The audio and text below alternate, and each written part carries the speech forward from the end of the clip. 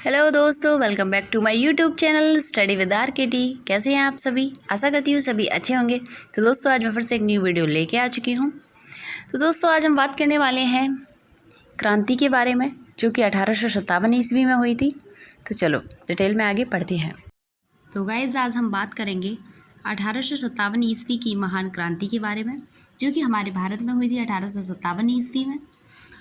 और इस क्रांति से क्वेश्चन पूछे जाते हैं एग्ज़ाम्स में, तो इसलिए आज इसके बारे में डिटेल में पढ़ेंगे। तो थोड़ा सा मैं शॉर्ट फॉर्म में बता दूं कि ये क्रांति इसलिए हुई थी क्योंकि जो अंग्रेज़ों द्वारा जो पुरानी बंदूकें थीं उनकी जगह नई बंदूक बनी थी एनफील्ड राइफ़ल, उसका प्रयोग किया गया था।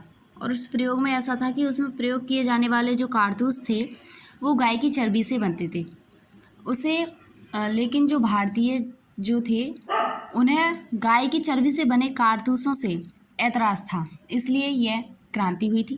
तो चलो डिटेल में पढ़ लेते हैं जो बुक्स में लिखा है। तो उसके बारे में फर्स्ट पॉइंट पढ़ते हैं। 1856 में अंग्रेज़ों ने पुरानी बंदूक ब्राउन बेस के स्थान पर नई एनफील्ड राइफल को प्रयोग करने का निर्णय किया। उसके लिए जो कारतूस बनाए गए उन्हें राइफल में भरने से पहले मुंह से खोलना पड़ता था। इन कारतूसों में गाय और सूअर की चर्बी का प्रयोग किया गया था। यह चर्बी वाला कारतूस ही 1857 ईस्वी का क्रांति का प्रमुख कारण बना। जैसा कि मैंने बताया था 1857 की ईस्वी का प्रमुख कारण चर्बी वाला कारतूस था। तो ये क्वेश्चन आ भी जाता है कि 1857 की क्रांति का प्रमुख कारण क्या था, तो उसका कारण यही था चर्बी वाला कारतूस। नेक्स्ट पढ़ेंगे हम इसमें 29 मार्च 1857 ईस्वी को मंगल पांडे नामक एक सैनिक ने बैरकपुर में गाय की चर्बी मिले कारतूसों को मुंह से काटने से स्पष्ट मना कर दिया था। इसके फलस्वरूप उसे गिरफ्तार कर लिया गया था और 8 अप्रैल 1857 ईस्वी को उसे फांसी दे दी गई थी। तो ये जो मंगल पांडे थे, इन्हें 1857 की क्रांति में सबसे पहले फांसी इन्हीं को दी गई थी, क्योंकि उन्होंने मना कर दिया था उन कारतूसों का प्रयोग करने से। मंगल पांडे का संबंध 34वां बंगाल नेटिव इन्फैंट्री BNI से था।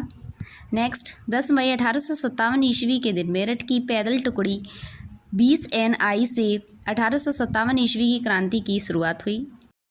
नेक्स्ट 1857 ईस्वी में क्रांति के समय भारत का गवर्नर जनरल लॉर्ड कैनिंग एवं इंग्लैंड के प्रधानमंत्री पाल्मस्टन लिवरन थे। इसमें नोट करने योग्य बात है कि अंग्रेजी भारतीय सेना का निर्माण 1748 ईस्वी में आरंभ हुआ। उस समय मेजर इंस्टेंट जनरल लॉरेंस को अंग्रेजी भारतीय सेना का जनक पुकारा गया। नेक्स्ट है 1857 की क्रांति की असफलता के उपरांत सेना में अंग्रेजी सैनिकों और पदाधिकारियों की संख्या में वृद्धि की गई। बंगाल की सेना में भारतीय और अंग्रेज सैनिकों का अनुपात 2:1 का रखा गया। बम्बई और मद्रास की सेना में यह अनुपात 5:2 का रखा गया।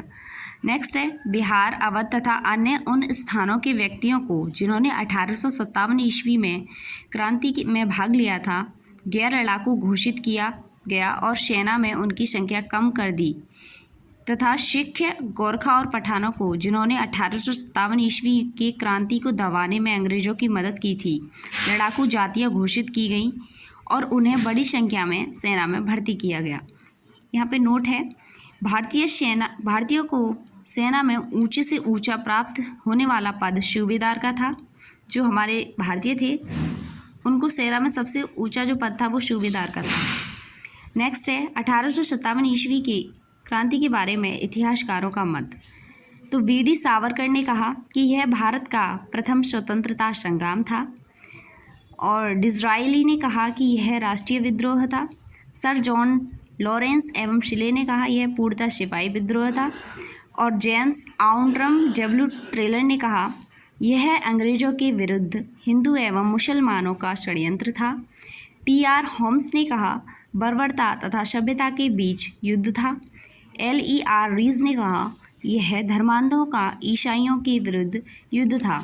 अलग अलग इतिहासकारों के अलग अलग मत हैं इस क्रांति को लेकर, लेकिन सबके मत अपने तरीके से ठीक ही हैं।